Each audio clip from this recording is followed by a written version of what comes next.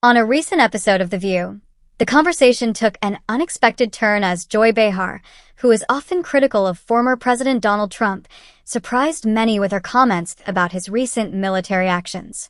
During a heated discussion about Trump's decision to launch strikes on Iran's nuclear facilities, Behar openly admitted that despite her usual opposition to Trump, she genuinely wanted those strikes to have been successful.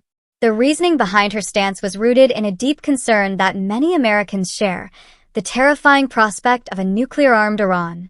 Behar reflected on how dangerous such a scenario could be, describing Iran as a rogue state and confessing that she's been haunted by the fear of nuclear war since childhood.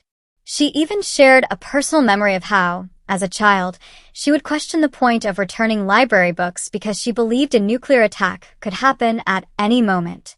Behar's comments came during a broader discussion about Trump's ongoing feud with the media over their coverage of the strikes. The former president has been blasting outlets like CNN and MSNBC, calling them scum for reporting that the strikes may not have caused as much damage as his administration initially claimed.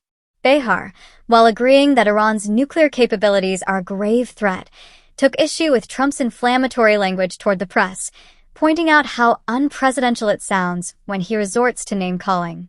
She questioned whether Trump had been prematurely boasting about the success of the mission before full assessments were available, raising concerns about whether the American people are getting the full truth or being misled by political spin. The conversation also highlighted reports from major outlets like CNN and the New York Times, which suggested that although Iran's Fordow nuclear facility may have been severely damaged, it wasn't completely destroyed. This discrepancy between what the administration claimed and what some media reports indicated added fuel to the debate.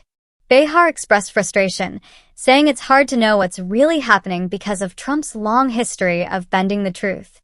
Yet despite her criticism, she doubled down on her hope that the strikes did achieve their intended goal, disabling Iran's nuclear ambitions, because the alternative is too dangerous to imagine. Adding to the discussion, co-host Alyssa Farah Griffin noted that public opinion is strongly against Iran obtaining nuclear weapons, with nearly 80% of Americans agreeing on that point. Griffin acknowledged that while the strikes are controversial and many Americans question their wisdom, if they were successful, they might actually reduce the risk of a broader, more devastating conflict.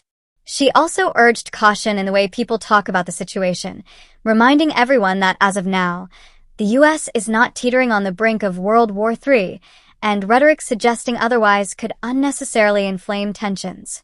Ultimately, this segment of The View underscored the complexity of balancing hope for national security with skepticism toward political leaders.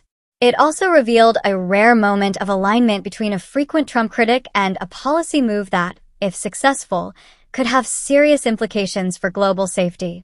The conversation reflected the anxiety that many Americans feel when it comes to nuclear threats, but also highlighted the deep divisions in how people interpret both the facts and the motivations behind such high-stakes decisions.